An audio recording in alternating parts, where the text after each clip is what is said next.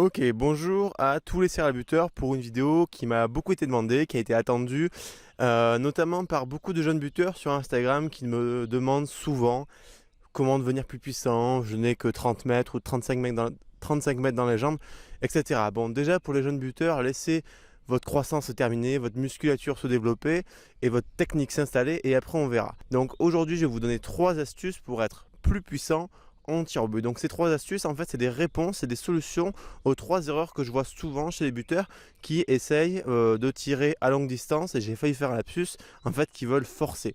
Donc la pire erreur qu'on puisse faire en tir au but, c'est vraiment de vouloir forcer. Le fait de forcer va induire des contractions musculaires inhabituelles, trop importantes, qui vont désorganiser votre technique. C'est comme au golf. Le golf, c'est un sport d'amplitude et de relâcher. À partir du moment où vous vous crispez, c'est la saucisse assurée. Donc les 3 erreurs que je vois trop souvent chez les buteurs qui veulent forcer. Donc déjà, il faut savoir que la volonté de vouloir forcer va induire des changements au niveau de votre technique et au niveau corporel. Donc ce que je vois souvent, c'est les buteurs qui arrivent, ils arrivent tout contractés, ils veulent forcer, ils veulent taper, hop. Et ici, la posture est, comme vous pouvez le voir, faible. Elle est pliée en deux. Donc ça, elle vient trahir cette posture, une envie de s'engager dans la balle. Mais si on se baisse, vous allez voir qu'ici, l'amplitude de la jambe, elle est grandement réduite, voire nulle. Donc finalement, cette perte de posture va vous faire perdre de la puissance.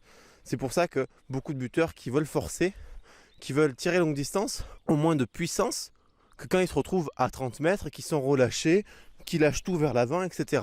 Donc essayez de garder cette volonté-là de relâcher, de traverser sans perdre au niveau de la posture.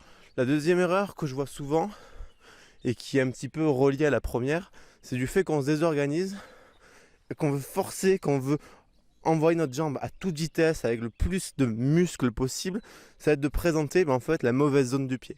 Il faut savoir que le coup du pied, le pied dur, est la zone idéale. C'est la zone qui va vous permettre d'avoir le plus fort taux de rebond et qui permet à la balle d'avoir de la puissance naturelle. Et c'est ce qu'on cherche ici, par la posture forte de l'amplitude naturelle et par le pied dur de la puissance du rebond naturel. Donc essayez à chaque fois de contacter votre coup du pied, votre pied dur. Et j'ai d'ailleurs fait une vidéo à ce sujet, je mettrai une petite fiche en l'écran pour ceux qui ne l'ont pas encore vu. Je vous encourage vivement d'aller la regarder et la commenter si possible. Et enfin, la troisième erreur entre guillemets, c'est plus une petite astuce technique. Bon, elle est à prendre vraiment avec prudence, avec parcimonie. En théorie, d'avoir le bras d'appel, non pas ici, mais ici, est censé faire ouvrir une chaîne contralatérale. Donc vous voyez ici, pour moi qui suis gaucher, bras droit, jambe gauche, d'ouvrir plus d'amplitude. Et comme on l'a dit, plus d'amplitude, c'est plus de traversée, c'est plus de puissance naturelle. Mais il existe des buteurs très puissants qui ont leurs bras ici et ça marche aussi. Si vous arrivez à avoir ce bras-là, à tester, voir ce que ça donne et que ça ne désorganise pas votre technique, pourquoi pas. Moi, pour conclure cette vidéo, je vais essayer d'appliquer ces conseils sur un tir. Donc on est environ là aux 40 mètres, il n'y a plus les lignes parce que c'est la fin de saison. On est aux 40 mètres et vous allez voir que mon bras d'appel ne va pas pouvoir se placer à la diagonale parce que j'ai trop ancré le bras parallèle au sol. Essayez en tout cas de garder une posture forte, un pied dur et de vous relâcher vers l'avant. Certes, de mettre peut-être un petit peu de peps, un petit peu de force, un petit peu d'intensité, mais surtout pas du muscle, de la contraction, un truc qui se rétracte et un truc qui ferme. On cherche de l'ouverture, on cherche de la traversée. C'est parti.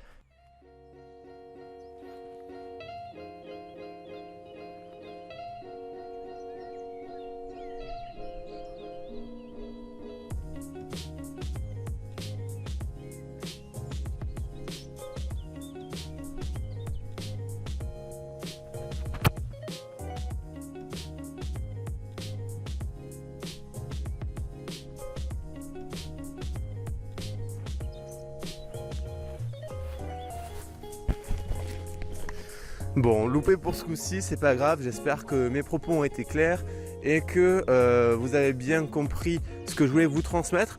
Essayez ces 3 astuces, essayez de mettre aussi en commentaire vos ressentis et ce que vous en pensez, surtout pour les séances longue distance et les séances de tir de 40 mètres et plus.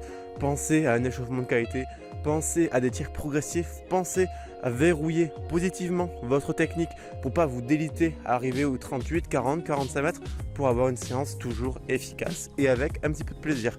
Pensez à vous abonner, à cliquer sur le premier lien en description, il y a 5 vidéos bonus gratuites pour les buteurs qui veulent progresser et régler les derniers détails qui leur permettent de performer face au poteau. Je vous remercie pour votre visionnage, c'était Vincent, ciao.